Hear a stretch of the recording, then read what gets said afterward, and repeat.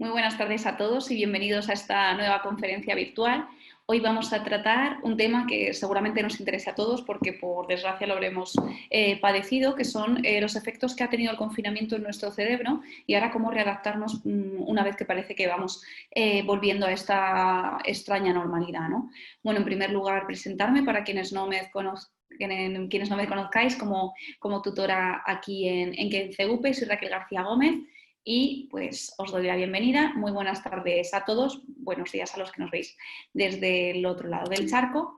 Y antes de nada, presentarme a mí misma, sí, pues esta parte menos interesante la hacemos en este momento en el que quizás algunos os estáis incorporando. Bueno, yo soy doctora en psicología y neuropsicóloga y desarrollo mi carrera profesional en tres principales ámbitos, como son el ámbito docente, el sanitario y el investigador. En el ámbito docente soy profesora en la Universidad Complutense aquí en Madrid y en CEUPE tutorizo los máster del área de neuropsicología y me dedico específicamente a esa rama del conocimiento. En el ámbito sanitario ejerzo como neuropsicóloga en Clínicas Neurovitalia Madrid y como investigadora pues he colaborado en proyectos de investigación en la Complutense de Madrid y en la Universidad de Salamanca asociados a mi doctorado. Entonces, pues bueno, esta formación o esta trayectoria que quería presentaros también para que entendáis un poco cuál va a ser el enfoque de esta ponencia, donde vamos a ver quizá, las dificultades o cuestiones a las que nos hemos podido enfrentar en el confinamiento y que puede que nos hayan afectado desde una perspectiva más neuropsicológica, ¿no? ¿Qué le ha ocurrido a nuestro cerebro? ¿Qué pasa en nuestro cerebro cuando estamos confinados, aislados, limitados? Cuando estamos ante una amenaza, ¿no? Y lo más importante, quizás lo más interesante para todos, el cómo readaptarnos, cómo reponernos a esa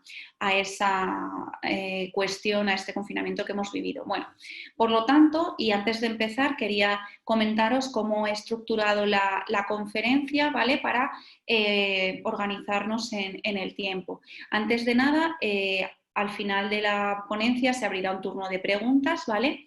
De forma que no solo preguntas, sino me encantaría que se generase cierto debate donde podamos, bueno, pues compartir experiencias, si alguna de las cuestiones que he comentado nos ha ocurrido o si alguno de ustedes considera que puedo asesorar en un aspecto particular o individual de cuestiones que estén padeciendo en este tiempo, en esta época, pues yo encantada de ayudar, ¿vale?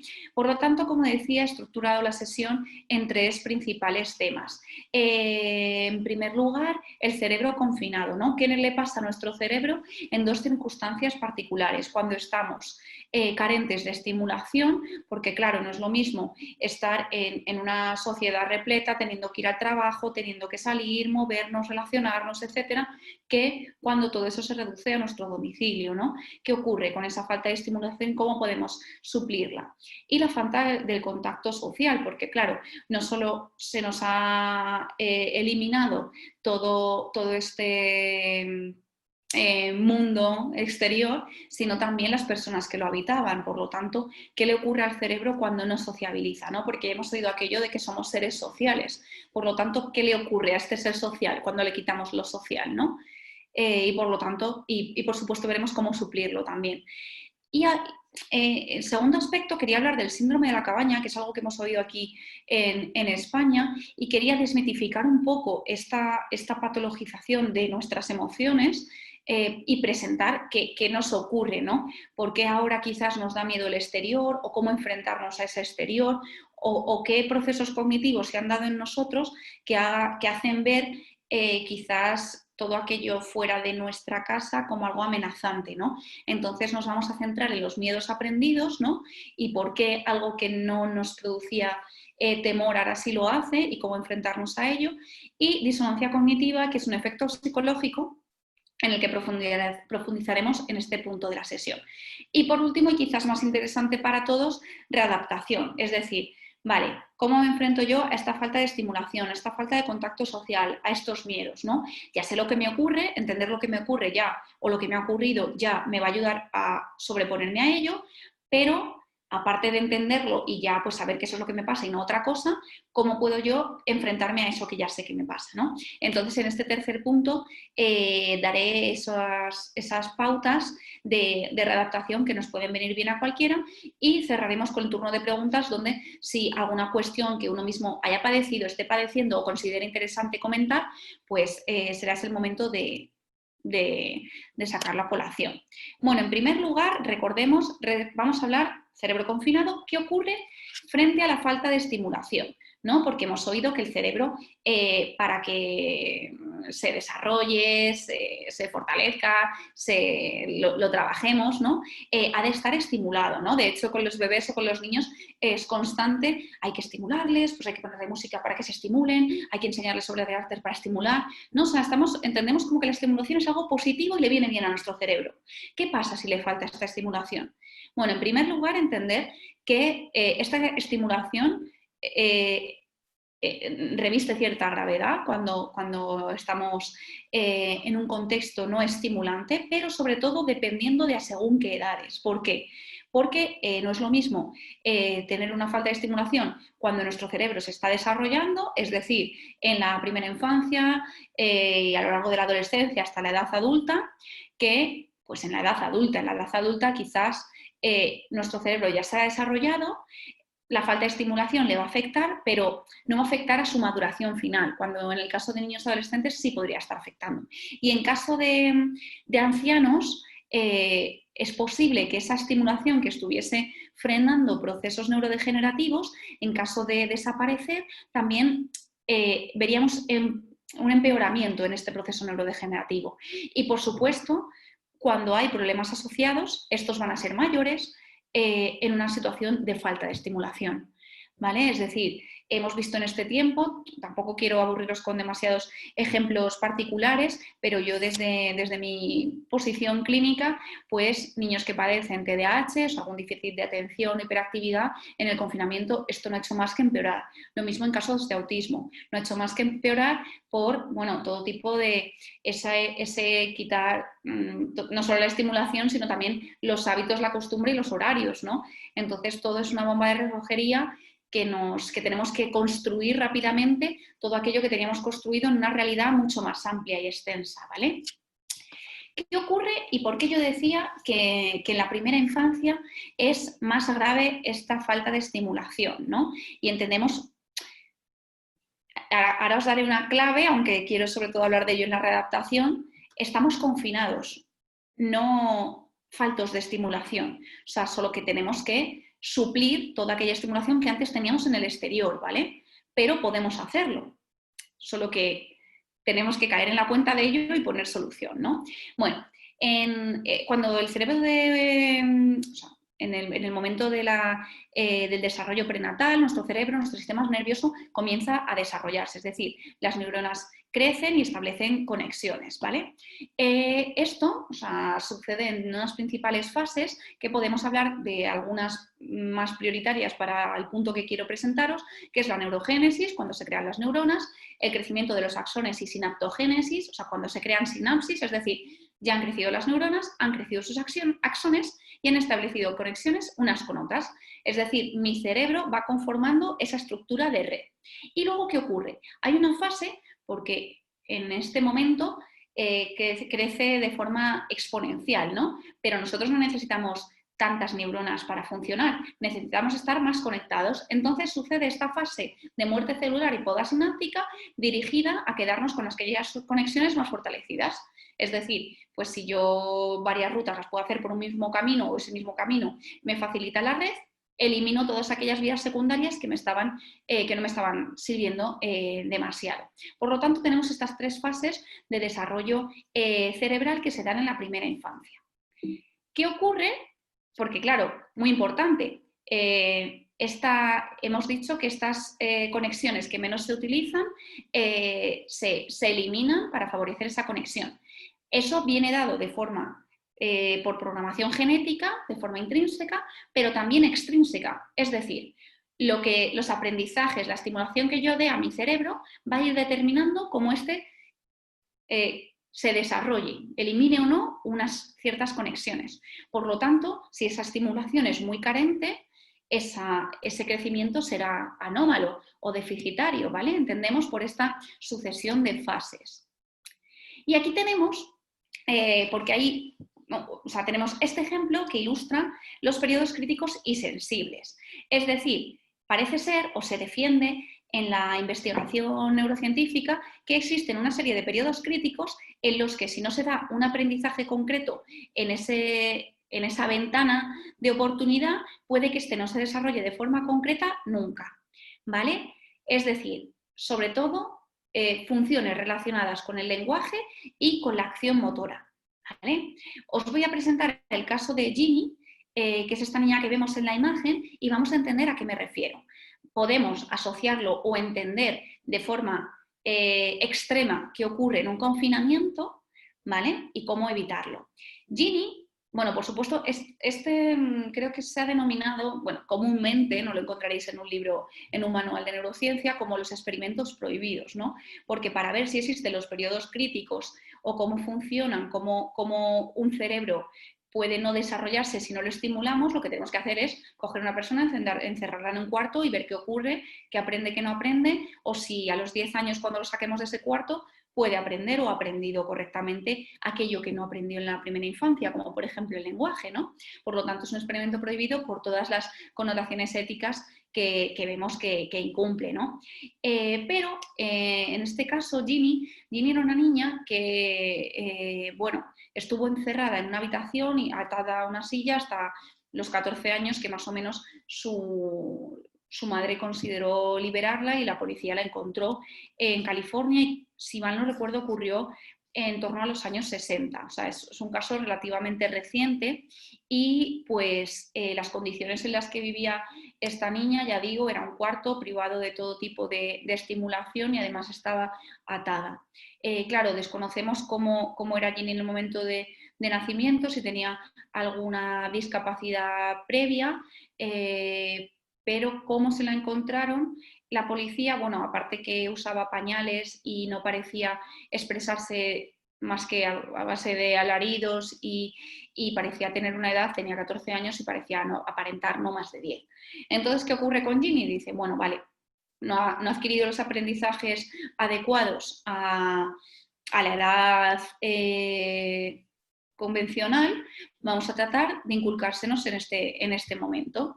Y descubrir, bueno, después una neurocientífica trabajó años con ella y reportó todas estas sesiones y los resultados que iban obteniendo y veíamos que su lenguaje no mejoraba. O sea, Ginny nunca logró adquirir un correcto lenguaje, aunque sí iba aprendiendo palabras, pero nunca llegó a usar más de 100. Igual problemas sensoriomotrices, donde parece que su motricidad no era la equivalente a una persona de su edad y no se desenvolvía con soltura ni llegaba incluso a adquirir una postura correcta, erguida, etc.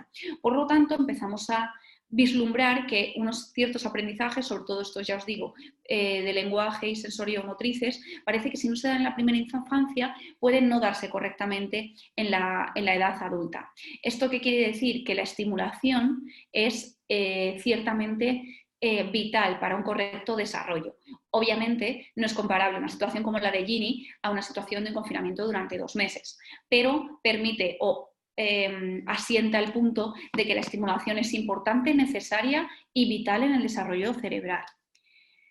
Por otro lado, y aquí os presento estos 2 artículos que si tenéis la ocasión de consultar son bastante recientes y muy interesantes, hablando del otro extremo, ¿no? ¿Qué ocurre si en un envejecimiento sano o en un envejecimiento demenciado, con determinadas enfermedades neurodegenerativas, estimulamos, ¿no? Entonces vemos que obtenemos mejora, detenimiento de ese decaimiento que se da en la edad. Por lo tanto, podemos concluir que en caso de retirarse esa estimulación, las mejorías también se vería detenida. Por tanto, no estoy hablando solo de personas que estuviesen en una intervención concreta, ¿no? Pues acudiendo a neurorehabilitación y detuviesen ese entrenamiento, perderían toda esa ganancia, ¿no? Todo ese, como esos retenes que están frenando el avance de esa enfermedad, y aparte el no salir del domicilio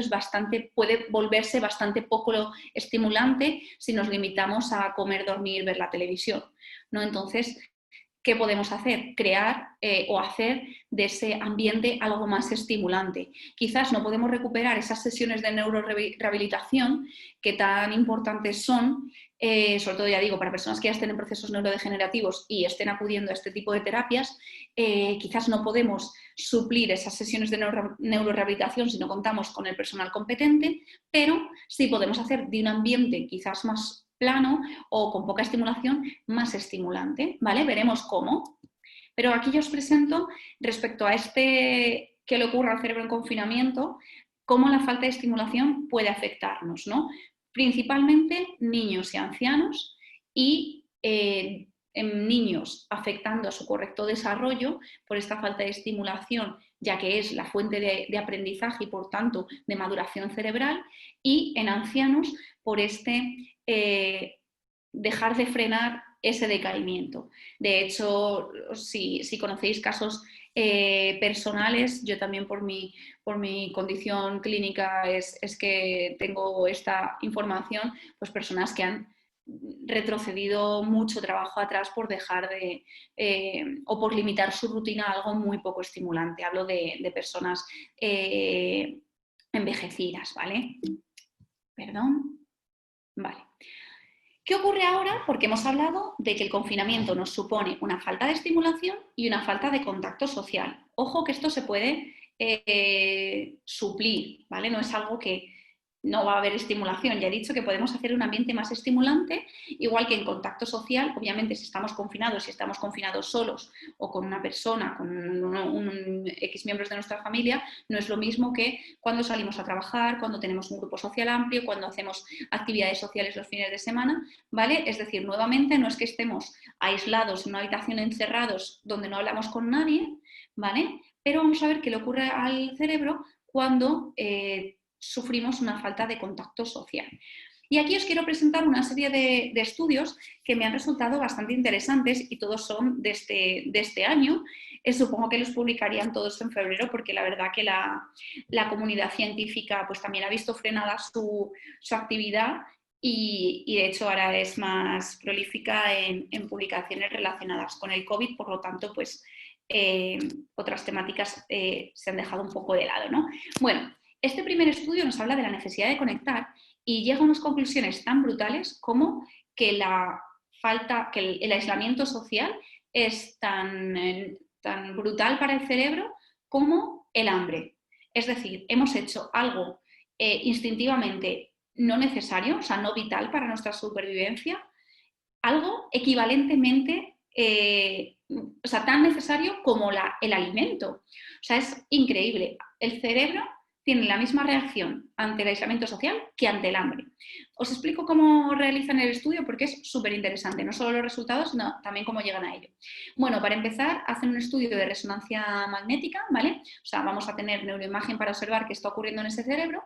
Toman 40 participantes y lo que estudian es su reacción ante determinadas imágenes. Os presento el esquema de trabajo, voy a intentar explicarlo de la mejor forma posible. Vale. Tenemos 3 grupos de participantes. Un grupo que le tenemos ayunando, 10 horas sin comer. Un grupo que ha hecho su vida normal y a la hora determinada llega a la cita para neuroimagen, ¿vale? Ese será el grupo de control. Y un grupo que ha estado 10 horas aislados sin contacto social, ¿vale? Entonces, a estos 3 grupos les presentamos 3 tipos de imágenes: neutras, de comida y de personas en grupo, ¿vale?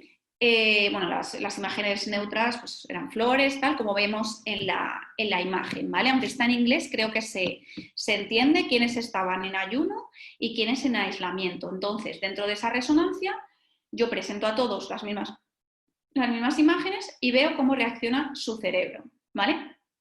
Pues el cerebro reaccionaba de la misma manera en aquellos que habían estado ayunando y se les presentó imagen de comida, frente a aquellos que habían estado aislados y se les presentó imágenes de personas juntas, ¿vale? Su sistema de recompensa se activó de la misma manera en estos dos grupos. Por lo tanto, este grupo de investigadores llegaron a esas conclusiones, que para el cerebro es igual, o sea, es lo mismo pasar hambre que el aislamiento social, es igual de necesario el alimento que el contacto social. Por lo tanto, imaginemos cómo de vital es el relacionarnos. Otro estudio, hicieron algo bastante interesante, también relacionado con la recompensa social y no social, y en esta ocasión lo que hicieron los autores es tomar un montón de estudios, o sea, hicieron una revisión de estudios. ¿Qué hacemos aquí? En vez de tener 40 participantes como el caso anterior, lo que tenemos es 40 estudios, comparamos sus conclusiones y vamos a determinar qué sistemas neuronales son comunes en la recompensa social. O sea, qué ocurre en el cerebro social, ¿vale? Y os quiero, bueno, presentaron todo ese sistema límbico, ese cerebro emocional, que está aquí marcado en la imagen, que lo veáis. Os dejo también la referencia del artículo por si os interesa. Y dentro de esta revisión hemos dicho que lo que hicieron, en vez de tener participantes, los participantes eran otros estudios. Pues os quiero presentar uno de ellos, que era muy interesante porque lo que hicieron era poner a diferentes participantes a jugar juegos de apuestas, ¿no? Entonces, estas apuestas podían ser contra un ordenador, contra una persona o contra un amigo. Y observaron que la recompensa o para el cerebro era mayor recompensa la victoria contra un amigo. Es un estudio, o sea, sobre todo os lo comento por lo curioso que es el considerar o sea, que el cerebro diferencie esa recompensa cuanto más social es la connotación de la ganancia, ¿no?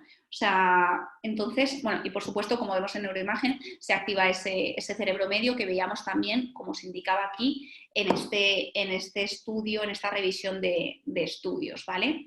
Por lo tanto, ya estamos viendo que para el cerebro lo social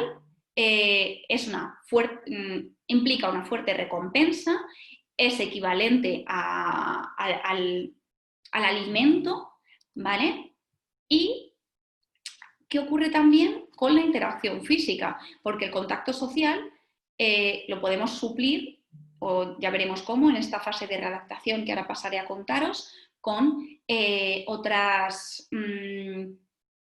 otra forma de comunicarnos, otra forma de relacionarnos, ya sea a través de videoconferencia, ¿no? Pero ¿qué ocurre con la interacción física? Y este estudio también súper interesante, me he centrado también en traer los estudios recién salidos del horno, los últimos que os he presentado son de 2020, pero los anteriores, el más antiguo creo que era 2018, para que veamos un poco qué es cuáles son las líneas de investigación actual, ¿no?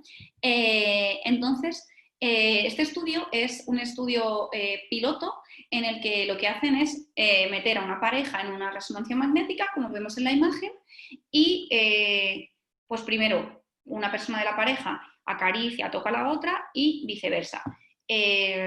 Son pareja ya consensuada, o sea, quitamos todas las posibles variables de incomodidad, etc. Este estudio lo que pretende es simplemente determinar si esta forma de análisis, de recogida de datos, es válida para estudiar la interacción física en el cerebro. Y ven que sí, que meter a dos personas en una resonancia magnética y estudiar cómo reaccionan sus cerebros es perfectamente válido para estudiar qué le ocurre al cerebro en esta interacción. Entonces ahora, ya visto que podemos estudiarlo de esta manera, empezar a ver resultados en esta línea, ¿vale? Pero me parece muy interesante porque, claro, nosotros podemos tener contacto social, es decir, podemos hablar con las personas a distancia a través de un montón de vías, pero ese contacto social, esa interacción física, no la podemos suplir.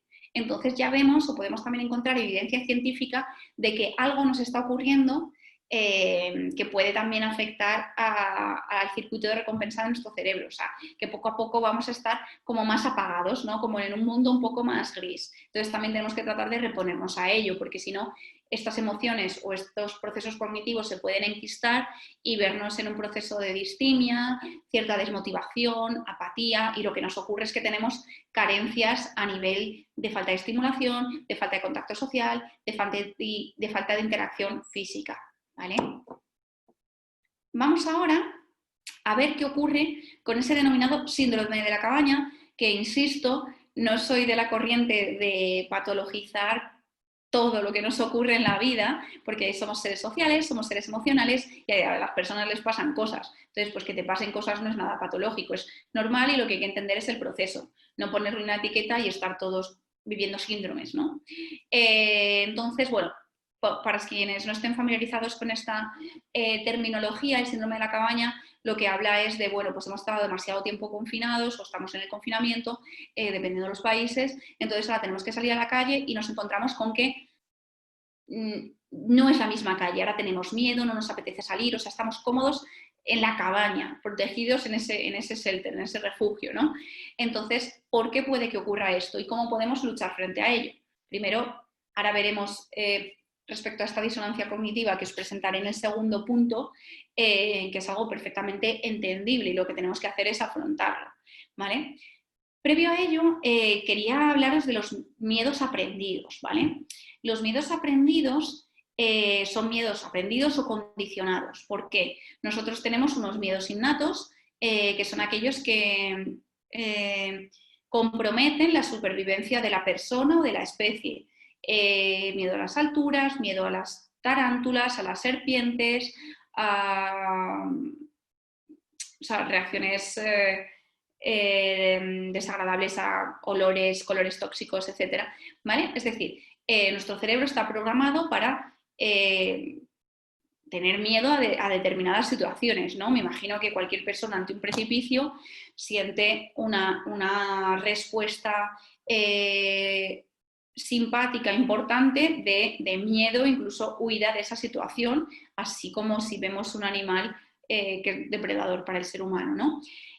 Ahora bien, ¿qué son los miedos aprendidos? ¿Por qué la gente tiene miedo a hablar en público? ¿Por qué la gente tiene miedo a una entrevista de trabajo? A coger el metro, ¿no? Esos miedos aprendidos, lo que ha ocurrido es un proceso de condicionamiento, donde un estímulo neutro, como es la gente, por un proceso de condicionamiento lo he asociado a una emoción negativa y ahora se ha convertido en un miedo aprendido, ¿vale? Es decir, algo que no tendría por qué producir temor, y de hecho para otra persona de mi misma especie posiblemente no sea algo aversivo, de pronto se convierte en algo que me atemoriza, ¿no? Este es el proceso también de creación de fobias, ¿no? Pueden ser condicionadas por la propia experiencia, ¿no? Alguien que le mordió un perro de pronto desarrolla una fobia a los perros, puede ser por aprendizaje vicario, ¿no? Por observación, yo visualizo, presencio un ataque de un perro y aunque yo no lo haya padecido, yo condiciono esas emociones negativas a ese animal y por tanto desarrollo esta fobia, ¿no? Entonces vemos que a través de ese condicionamiento, algo que podría ser neutro, de pronto nos supone una aversión, algo negativo, ¿vale? ¿Qué ocurre? ¿Qué le pasa a mi cerebro? O sea, ¿cuál es el centro, el botón de alerta, ¿no? Que yo presiono en esa situación? Sin duda la amígdala, ¿vale? También ese cerebro medio, ese diencéfalo que veíamos que se activaba en respuestas emocionales que ya hemos comentado. Bueno, principalmente considerada el núcleo del miedo, y aquí os presento, bueno, importante también la corteza prefrontal ventral en todo este digamos, no podemos señalar áreas concretas, sino más bien redes concretas. O sea, no tenemos un botón del miedo que es la amígdala, sino que esta forma una red, ¿no? Con esta corteza prefrontal ventral, ¿vale? Para responder a estos miedos innatos. Y os voy a contar un experimento con tarántulas muy interesante, porque veíamos cuándo se activaba la amígdala, ¿no? Entonces, pues en el experimento teníamos a la persona donde estamos haciendo esta prueba de neuroimagen, ¿vale? Para observar su cerebro y vemos que su amígdala se activa no cuando ve la tarántula, sino, o sea, no dependía del tamaño, etcétera, sino si la tarántula se movía en dirección a la persona o en dirección opuesta. Es decir, parece que la amígdala, concretamente su función en el miedo, es detectar lo inminente de ese miedo, ¿no? O sea, que cuando la tarántula venía a mí, no es esa visión, esa detección más periférica, sino cuando detecto que el miedo viene hacia mí, es cuando ya me pongo en alerta, ya mi corazón bombea, mi visión se vuelve más concreta, más visión en el túnel y quizás empiezo a hiperventilar para oxigenar piernas y poder huir, etc. Por lo tanto, me parece muy curioso este experimento en el que no es que la araña, la tarántula, produjese una respuesta de miedo, sino el peligro, ¿vale? El que la araña se acercaba a nosotros. Entonces, ese peligro inminente era el que sí activaba la amígdala, ¿vale? Para entender también así, pues, cómo funciona el cerebro, ¿no? Cómo responde ante el peligro y no simplemente la visualización del animal, sino cuando éste nos pone el peligro porque viene a nosotros. Vale. Una vez dicho esto, os quiero presentar un concepto que es la disonancia cognitiva. Y ahora vamos a entender cómo un miedo aprendido puede convertirse en esta disonancia cognitiva que ahora nos lleva a temer la calle, ¿no? Bueno, la disonancia cognitiva fue una teoría propuesta por Leon Festinger y relaciona las creencias con las actitudes, ¿no? Es decir, por ejemplo, si yo no soy creyente y de pronto contemplo un milagro, yo ahí tendré una disonancia cognitiva donde mis creencias no corresponden con lo vivido y tendré que encontrar una explicación para yo no vivir en disonancia, ¿no? Un ejemplo muy de andar por casa. Pero ¿qué ocurre en el caso concreto de el confinamiento? De pronto yo, durante un tiempo, me he elaborado una creencia mental de que el exterior es peligroso. También para justificar, para no volverme loca en mi domicilio, encerrada 24/7. Entonces yo configuro que yo estoy encerrada porque es lo mejor para mí, porque el exterior es peligroso, ¿no? Pero cuando ya somos libres y podemos salir, de pronto el mundo es peligroso, pero puedo salir. Entonces se crea en mí esa disonancia cognitiva. Si es peligroso, ¿por qué voy a salir? Porque además yo ya he condicionado a la calle con ese miedo aprendido de ahora la calle es todo lo que he visto por las noticias, todo lo malo que veo que puede producirse. Entonces tengo, asocio la calle a todas esas experiencias o imágenes negativas y además se crea en mí esta disonancia cognitiva donde ayer algo era peligroso, pero hoy puedo salir sin que pase nada solo con 4 precauciones. Entonces, claro, en mi mente algo está chocando. Yo tengo que resolver esa disonancia cognitiva. Por lo tanto, no estoy viviendo un síndrome. Simplemente he encontrado en mí una incoherencia, la cual tengo que resolver, ¿vale? Creo que es posible que lo hayáis vivido muchos o que sintáis que este proceso se puede estar dando en vosotros. Vamos con ahora esta readaptación. ¿Qué podemos hacer nosotros para sobreponernos a todo esto que hemos hablado? Esta falta de estimulación, esta falta de contacto social y esta incertidumbre, esta amenaza, ¿no? Todo lo que en otras palabras han denominado este síndrome de la cabaña, que no es otra cosa, ya digo, que un miedo condicionado, un miedo aprendido. ¿Cómo podemos funcionar? ¿Vale? Porque simplemente es reponernos ante una situación adversa que hemos vivido. Importante que no hayamos durante el confinamiento o los que sigáis confinados, tratar de que no se enquisten situaciones, es decir, no entrar en dinámicas autodestructivas, tratar de salir de ello y ahora a la vuelta a la realidad pues vamos a ver cómo reponernos y cómo adaptarnos porque tampoco es la misma realidad que dejamos tiempo atrás. Bueno, en el primer aspecto, esta falta de estimulación que os comentaba, que afectaba más sobre todo a niños y ancianos, ¿cómo la resolvemos? Porque hemos dicho que, vale, estamos encerrados en casa, lo cual es menos estimulante, pero podemos hacerlo en un entorno estimulante, no estamos secuestrados en una habitación de 2x2. Por lo tanto, ¿qué podemos hacer? Esto sirve tanto si lo hemos hecho como si no, como para también el momento presente, puesto que aunque no estemos ya, o sea, ya al menos en España tengamos ciertas libertades, pues no son tan, siguen siendo algo limitantes, por lo tanto debemos de seguir creando un ambiente estimulante, a veces de puertas adentro, para no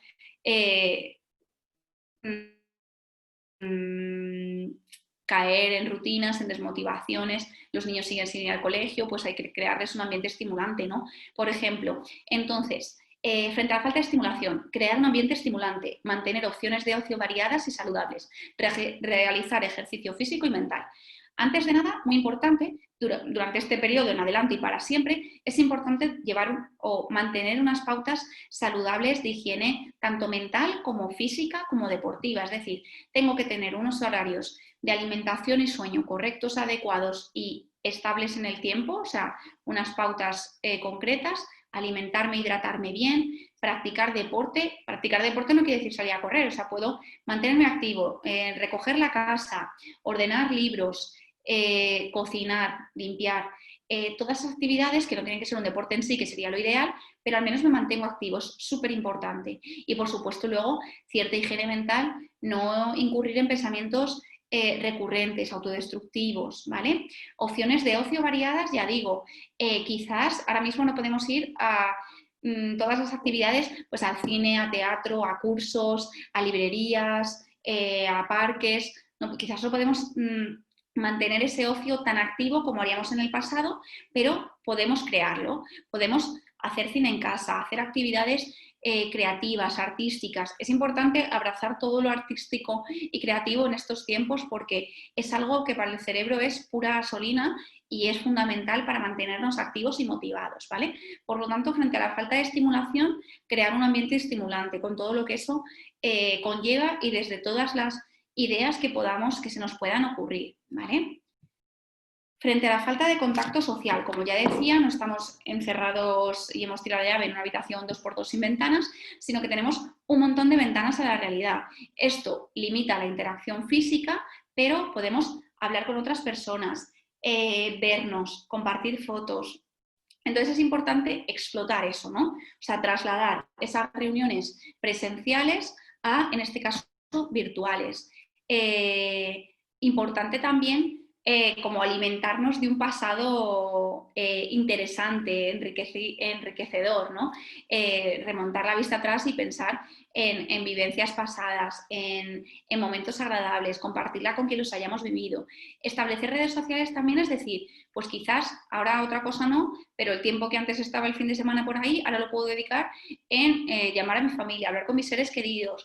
No solemos hacer reuniones por videollamada de mi familia. Bueno, pues es quizás el momento de instaurarlo, o escribir cartas, o escribir un diario que luego enseñaré, o recopilar fotografías que luego se lo envío a alguien. O sea, es decir, zambullirnos en eso social que implica personas aunque no estén presentes a nuestro alrededor, ¿no? Junto a nosotros. Muy importante y sobre todo, pues dado que vivimos en 2020 y no en el siglo pasado, pues explotar toda conexión virtual que podamos tener. Si no las tenemos, ya digo, abrazamos otras redes, pero si podemos si podemos disponer de ellas, pues fabuloso y a explotarlo. ¿Y qué hacemos por último? Perdón. Vale. Tercer punto, que he puesto 2, frente a esta incertidumbre, a estos miedos, ¿no? Eso que yo asociaba a la calle a algo negativo, aversivo, asociado a aspectos temerosos y ahora tengo que salir a ello, ¿no? Recordemos, por tanto, recordemos que el miedo era una asociación, ¿no? Yo algo que para mí era neutro, lo he condicionado con algo aversivo, con una experiencia negativa, con imágenes temerosas. Tengo que decondicionarlo, es decir, volver a separar ese aspecto de aquello, ese aspecto neutro de aquello que he asociado con el miedo. ¿Cómo hacemos esto? Saliendo a la calle, enfrentándonos a ello, con pequeños pasos. Es decir, es como el que tiene miedo a los perros, bueno, pues primero me acercaré a uno muy manso, atado, manejable, con su dueño, o desde lejos lo miro, ¿vale? Y luego ya, pues, semana tras semana, pues incluso ya veré si lo acaricio, ¿no? Pues aquí lo mismo. Igual no me voy a dar un baño de masas el primer día, pero, pues bueno, salgo a la calle a dar un paseo, ni siquiera tengo que interactuar a nivel de hacer la compra ni nada. Me voy enfrentando a pequeñitos pasos, con todas las medidas de protección.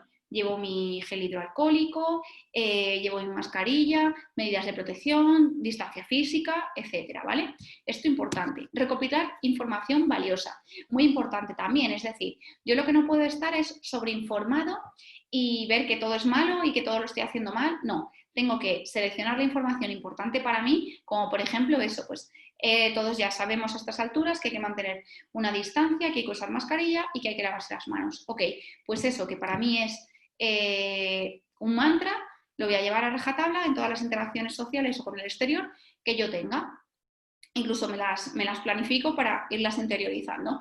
No puedo tener cubiertos, o sea, tengo que tener un pequeño margen de incertidumbre, porque no voy a poder controlar todas las variables. Y si se me acerca alguien, bueno, pues si eso te da miedo, no lo vamos a hacer la primera semana. La primera semana vamos a ir por un ambiente controlado, una calle que sabemos que no va mucha gente, o a horas que quizás no sea tan abarrotada y no nos suponga una amenaza. ¿Por qué? Porque mi objetivo, si yo estoy viviendo este aspecto como algo temeroso, como algo amenazante, mi objetivo, hasta que se reduzca mi nivel de amenaza, es de condicionar esa amenaza. No es ir a hacer la compra, es yo encontrarme cómodo. Entonces, pues vamos a trabajar de cara a ese objetivo, encontrando los momentos de menor afluencia, los momentos en los que estoy más cómodo, etc.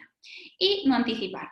Por supuesto, la anticipación es la pieza clave en todos los procesos de ansiedad o trastorno ansioso que podemos atravesar las personas, ¿no? El ver cómo esa nube gris que se acerca a nosotros y nos destruye el día, ¿no? Entonces es importante controlar esos pensamientos de anticipación negativa, ¿vale? Es importante parar esos pensamientos, dejarlos pasar y centrarnos en aspectos más positivos, más agradables, en ideas que nos ilusionen, que nos tranquilicen, que nos motiven, ¿vale? Es un fuerte entrenamiento mental donde nosotros vamos a utilizar o trabajar con nuestra mente de cara a que esté de nuestra parte, ¿no?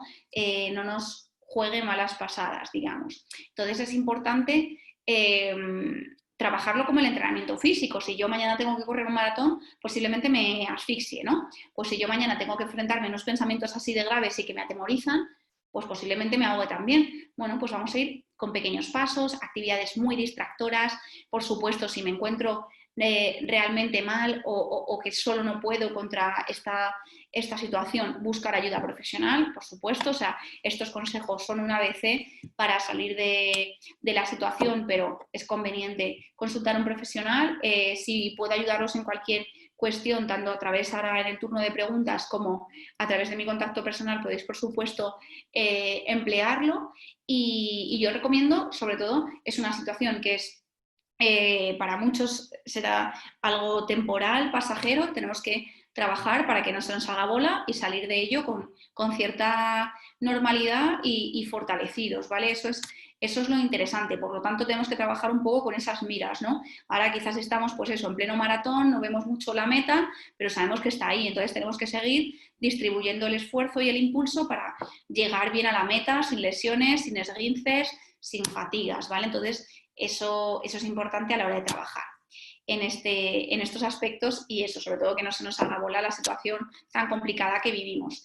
Y bueno, pues sin más, perdón, quiero abrir turno de preguntas, daros las gracias por la asistencia, por acudir a esta conferencia, espero que haya sido de utilidad para todos y de interés. Y me pongo a vuestra disposición tanto ahora para cualquier consulta o comentario que queráis aportar, tanto si necesitáis mi contacto para resolver dudas futuras, etc. Yo a disposición total.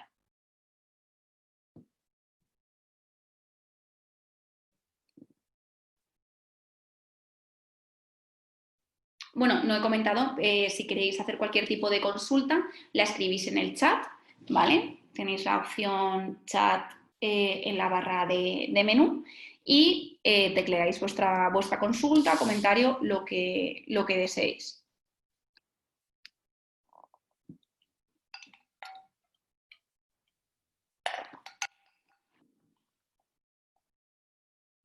Muchas gracias a todos también y bueno, muchas gracias por la asistencia y por vuestras palabras.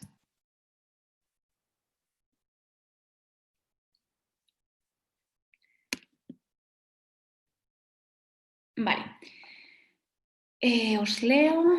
Después, Orlando, después de esta pandemia, ¿cómo actuaríamos? Bueno, ya digo, aún no conocemos el fin, ni cuándo ni cómo será, pero bueno, es interesante sobre todo no salir, que no se nos enquisten determinados miedos, temores o actitudes, ¿vale? Es posible que sean situaciones de desesperación, de desmotivación, entonces tenemos que entender que es algo pasajero, reponernos, o sea, no sé si conocéis el concepto de resiliencia, ¿no? Esa capacidad de reponerse ante la adversidad, entonces tenemos que aceptar lo ocurrido y proyectar hacia el futuro nuevas formas de funcionar.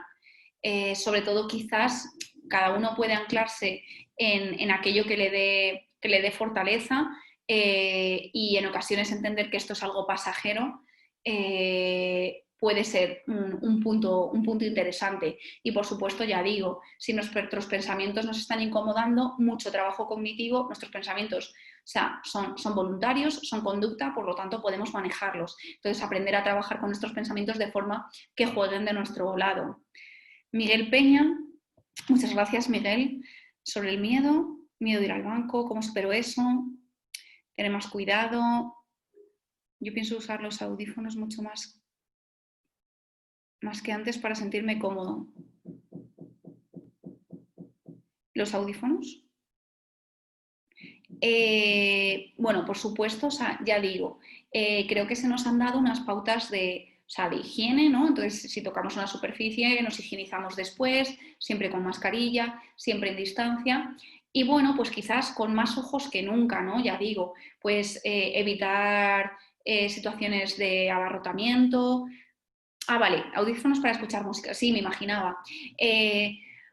Bueno, a mí me parece maravilloso como para evadirnos, pero quizás los primeros días necesitamos los 5 sentidos para ubicarnos bueno, pues como ya la mascarilla casi también no es que nos tape sentidos, pero vamos un poco como más encerrados, pues yo los audífonos quizás los utilizaría no los primeros días, que me apetece pues escuchar si viene alguien, o sea, estar como un poco más, con más sentidos en la calle, ¿no?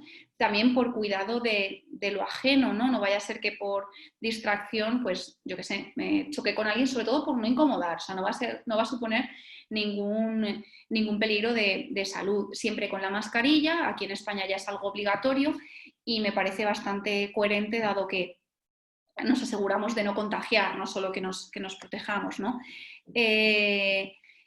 Podemos hacer ejercicios de visualización, ¿no? O sea, yo tranquilamente en casa, sentado cómodamente, respirando, música tranquilo, me imagino ese trayecto y cómo voy a ejecutar la acción. Y asocio esas emociones positivas que estoy viviendo en el momento a lo que voy a vivir después. Digamos, es como si me entrenase en esa acción. Y bueno, tener pensados los pasos. Yo, bueno, por compartir una experiencia personal, a mí al inicio sentía mucho cansancio psicológico porque cada cosa que tocaba tenía que luego no tocar lo otro, luego lavarme las manos, luego... Entonces el cansancio psicológico era un poco brutal, sobre todo porque no estaba habituada a pensar tanto en algo tan sencillo como abrir el garaje y sacar el coche. Entonces ahora en ese paso me tengo que higienizar 4 veces.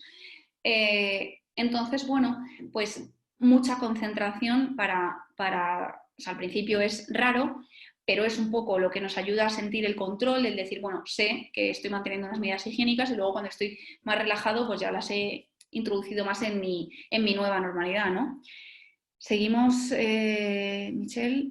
¿Crees que la enseñanza en línea, la que se parece que será la nueva normalidad y que supone un miedo para muchos, puede ser un condicionante para el aprendizaje? Bueno, yo creo que en este tiempo hemos descubierto, o sea, pros y contras de la vida en línea. O sea, vemos que necesitamos lo social, pero que a lo mejor hay X reuniones que se pueden prescindir o se pueden hacer de forma online, etc. Y la enseñanza pues tiene muchos puntos positivos el que sea online, pero es importante que haya personas detrás, porque entendemos que las personas necesitan personas y por tanto yo siempre escogería un poco el mix, o sea, lo mejor de cada mundo, lo mejor del mundo online que me permite el trabajar cuando quiera, donde quiera, como quiera, en el horario que yo necesite, pero que haya personas detrás a las que pueda consultar, que me trasladen motivación, que resuelvan mis dudas, que adapten el contenido a mis necesidades, ¿no? Entonces yo creo que ese sería un poco el mix perfecto, fundamental de cara a los niños,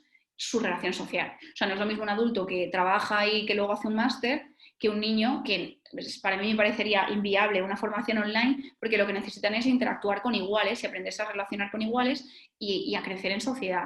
Entonces, ahí sí que para mí no hay discusión, lo online, o sea, la educación obligatoria ha de ser presencial y mucho más valorada, por supuesto, y la educación superior tiene una perfecta cabida online, para mí, siempre y cuando haya detrás personas. Porque si no, pues está uno con el libro en su casa y se lee 50 libros y ya está, esa es la idea. Felipe, muy importante la conferencia, hay desorden en Perú, el horizonte pone como gran tema de salud mental. Sí, yo he visto algunos artículos incluso que hablaban como de 3 olas, ¿no? La primera ola ha sido esta pandemia, la segunda ola serán todas las enfermedades que por no acudir al médico cuando estaba la pandemia, pues ahora se han agravado, y la tercera que será una ola de problemas de salud mental, quizás más sobre todo en los sanitarios que han vivido situaciones absolutamente dramáticas.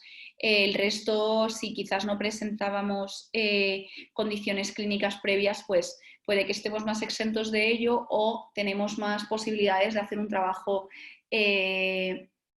clínico con un profesional o con nosotros mismos en el que salgamos repuestos de esta situación, ¿vale? Mario, pienso que uno mismo debe ser consciente de la situación actual que se vive, analizarla y siempre pensar en positivo para irradiar esa energía a quienes nos rodean, con una mejor actitud. Eso, por supuesto, o sea, hay personas que en este tiempo pues pueden que hayan sido muy derrotistas o se hayan agobiado mucho, entonces, pues bueno, es una situación que nos afecta a todos en mayor o menor medida y cada caso es un mundo, pero la situación es global, mundial para todos, entonces, bueno, es importante no contagiar de negatividad y tampoco, o sea, ser realistas. O sea, esto no es maravilloso, pero bueno, es lo que hay, nos adaptamos y para adelante, ya pasará. O sea, tampoco tenemos que de pronto convertirnos en gurús del yoga ni habernos hecho 4 máster en el confinamiento. Bueno, pues es una situación no muy agradable, pero es lo que hay, tenemos que adaptarnos. Si podemos sacar algo positivo de ello, mejor que mejor, un aprendizaje maravilloso, estupendo, y si aprovechamos el tiempo, pues genial. Pero si tenemos 3 días seguidos súper improductivos, pues no sentirnos mal, porque bastante estamos aguantando. Entonces, creo que bueno, ser realista y mantenerse una actitud sobre todo muy adaptativa, pues fundamental. Si podemos sacar algo positivo de ello, mejor que mejor, pero no hace falta que demos palmas por estar encerrados en casa, que desde luego pues, ha sido dramático en muchas familias. Luis Adolfo, muy buenos días, saludos cordiales también para ti. Una consulta, ¿cuál debe ser el nuevo rol del Estado en la salud pública y nuevas obligaciones de los empleadores? Bueno, en primer lugar, bueno, creo que la salud debe ser reforzada y blindada absolutamente en España y en todos los países, es decir, o sea, la salud es prioritaria, la salud no se negocia, no es un negocio, no es una empresa, o sea, es algo vital y fundamental que funcione correctamente y que los trabajadores de este sector estén en las mejores condiciones porque son quienes soportan el golpe en situaciones de este tipo o de otro tipo cualquiera. Es que la salud no puede faltar. Y en cuanto a las obligaciones de los empleadores, pues bueno, vamos a tener que hacer un fuerte trabajo en prevención de riesgos laborales, donde ahora más que nunca es importante que existan unos protocolos concretos. Tiene que haber material que permita protegerse a los trabajadores y protocolos de actuación de cara a si hay positivos en las empresas, etcétera. Entonces, pues bueno, quizás toca priorizar al trabajador, asumir que no va a ser un año de grandes beneficios, quizás con salvar la caja más de una y de 2 empresas se pueden dar por satisfechas y bueno, principalmente y de cara a la salud de los trabajadores, tener unos protocolos de actuación y unas medidas higiénicas claras y establecidas. Se pueden copiar modelos de otros países, se pueden copiar modelos de otras empresas y hay muchísima información a disposición porque somos todos los habitantes del planeta los que estamos metidos en ellos. Entonces, pues tener la disposición de hacerlo, por supuesto. Muchas gracias a todos los que me dedicáis estas buenas palabras respecto a la ponencia. Ramona nos comenta, afortunadamente la tecnología es una herramienta fenomenal para conectarnos con los demás, aunque sea de forma virtual. Aunque nos hace falta interacción social, podemos ir ganando. Efectivamente, o sea, es lo mejor que podemos hacer en la peor de las situaciones. O sea, obviamente, y tampoco podemos estar, pues eso, no vamos a dar palmas porque bien, me encantan las videoconferencias todo el rato, pero tampoco podemos estar en el otro polo, el de Dios mío, es que la gente, es que me hace falta, no. O sea, tenemos que ser adaptativos. Esto es lo que hay y tengo la opción de comunicarme con la gente, pues bueno, lo ejerzo. O sea que sí, desde luego, pues bueno, mejor habernos confinado en este siglo que no en otro. Tenemos muchas más opciones de distracción y de entretenimiento. Javier Flores estaría de acuerdo en que la salud mental debería ser la segunda prioridad post pandemia y los gobernantes deberían plasmarlo. Por supuesto, bueno, yo creo que igual ya vamos tarde ahí, ¿no? Porque hemos vivido situaciones de duelo donde las personas han fallecido en completa soledad, donde, bueno, quizás al ser algo que hemos vivido todos como sociedad, pues ese apoyo, ese entendimiento, esa empatía puede hacer suponer cierto colchón, pero creo que la salud mental se ha dejado como de lado, entendiendo como la salud física como prioritaria y no entendiéndolas juntas, ¿no? Como un mismo componente. Entonces, pues bueno, desde luego ahora debería haber, o sea, aquí en España hay ciertas campañas de como, bueno, ofrecer ayudas sanitarios y demás, pero más de tipo vacacionales, cuando también quizás necesitan un psicólogo, creo, ¿no? Entonces, bueno, en ese aspecto no hay muchas iniciativas y creo que todo pasa por no entender como prioritaria la salud mental cuando es algo vital. Quizás en este tiempo, aunque se nos olvidara rápido, pues bueno, el que haya abrazado la depresión o la desmotivación puede entender la importancia de una higiene mental correcta, pero ya digo, eso se nos olvida en 3 días y quizás si no es lo más rentable no va a haber inversión en ello, pero bueno, creo que somos muchos los que estamos de acuerdo en priorizarlo, ¿no? Felipe Francisco, una preocupación es cómo saber desarrollar un feedback no presencial a estudiantes y alentar su motivación de logro. Bueno, yo creo que es fundamental, por ejemplo, aquí en el modelo de CUP, ante trabajos, tutorías, etcétera, de los alumnos, yo les doy feedback, les motivo, les planteo alternativas. O trabajo con la motivación que yo transmito por el propio gusto que tengo por la asignatura. Entonces, bueno, quizás es difícil plasmarlo porque no es lo mismo, ya digo, leer unos contenidos que alguien te los cuente, pero bueno, también el trabajar con vídeos donde el propio docente explica algunas partes del contenido suplanta esa persona, ¿no? que hace falta. Por supuesto, ideal del mundo sería trabajar el maestro y el aprendiz y más motivador y como implicado que eso, quizás no habría, pero ya digo, tenemos que trabajar como un poco lo mejor de los dos mundos. Entonces, creo que eso, el que haya un seguimiento constante por parte de las personas implicadas en ese estudio es fundamental. O sea, que no sea, pues eso, en vez de leerme un libro en papel, me lo leo en una pantalla. Eso no es formación online, ¿no? Orlando, ¿cómo detecta una persona en el trabajo cuando tiene esos síntomas de miedo y cómo ayudarlo? Bueno, en general, bueno, la ansiedad pues suele dar, o sea, uno está más tenso, hipervigilante, veremos, o sea, presión en el pecho, más taquicárdico, o sea, veremos una persona totalmente descentrada. Y puesto que la ansiedad también correlaciona con cierta tristeza, depresión, pues será alguien que empiece a no rendir bien en el trabajo. Desde luego, a mí me parece fundamental también tener como una reunión de reencuentro. ¿Cómo estáis? ¿Cómo habéis vivido esto? Vamos a ponerlo un poco en común, ¿no? Porque también hacer como que no ha pasado nada, pues es como raro, ¿no? Entonces, pues eso sería un buen punto de inicio, ¿no?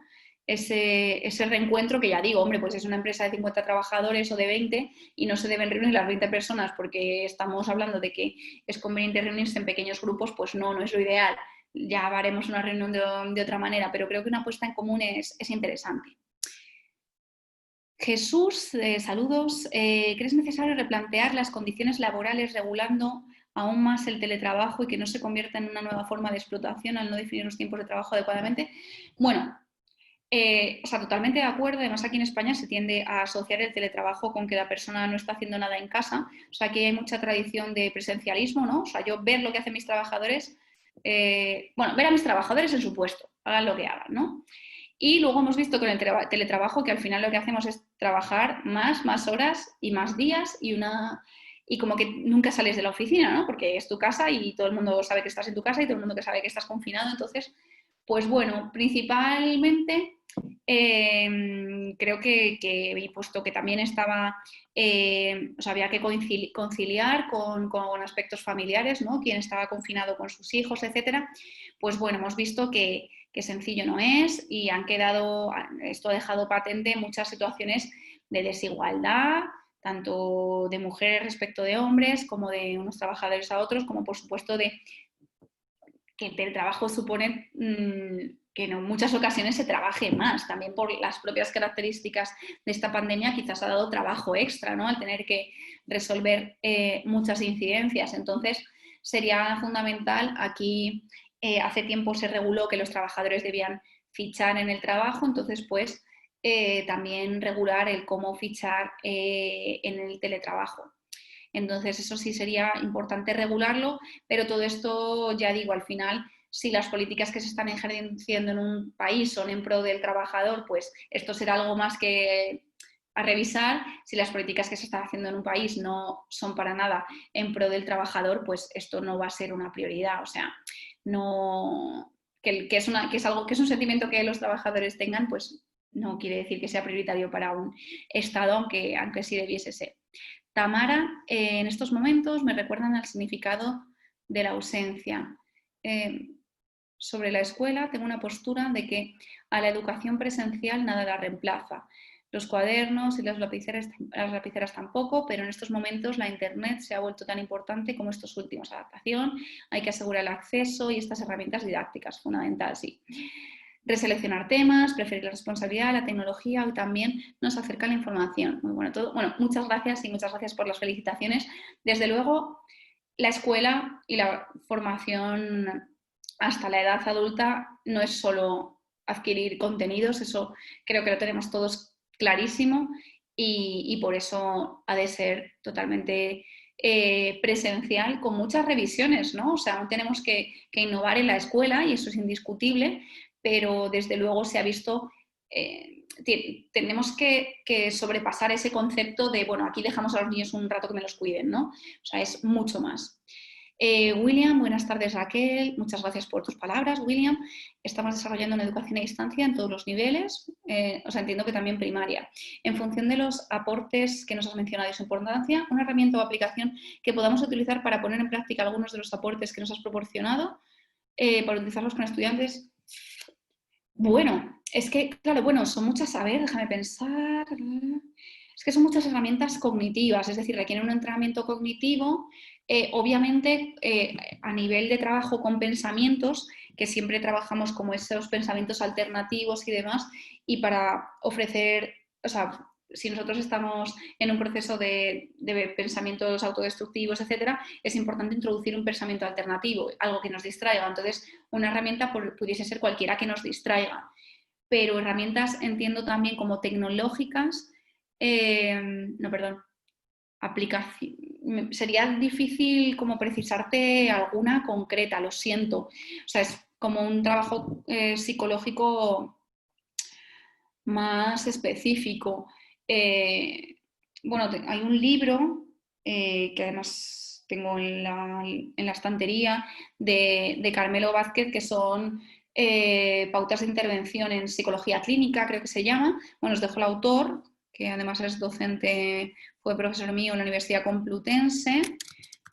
Y bueno, pues tiene mucha, o sea, este libro tiene muchos de estos, de este entrenamiento cognitivo, digamos, para reponerse ante miedos aprendidos, pensamientos recurrentes, rumiación, etcétera, ¿vale? Pero herramienta en sí concreta, es ese entrenamiento, es como una herramienta para prepararse para maratón. No hay una concreta, sino un entrenamiento muy, muy guiado. Muchas gracias, Mario, por tus palabras. Elena, ¿qué puedo hacer? Me mandaron home office y la semana pasada me dieron las gracias y todos mis compromisos de pagos, no sé cómo afrontarlos. O sea, entiendo que te han despedido, Elena. Bueno, esto es un aspecto, por supuesto, primero contar con que todo esto se haya hecho dentro de una legalidad, busca apoyo, o sea, a través de abogados laborales y demás para que todo se haga de la mejor manera posible y por supuesto en esta situación hay que reinventarse, encontrar otras, o sea, acogerse a todo tipo de ayudas que puedan ofrecerte en caso de no disponer de ayudas estatales, rápidamente o buscar otro trabajo, reinventarse, apoyarse, por supuesto, en el grupo social que pueda ayudar con esta situación a uno y sobre todo eso, tratar de buscar una solución en concreto, primero ver si todo se ha hecho dentro de una legalidad o hay algo que tú puedas reclamar y en caso de estar esa vía cerrada, muerta, pasar a reinventarse, a buscar trabajo, ayuda, limitar costes, etc.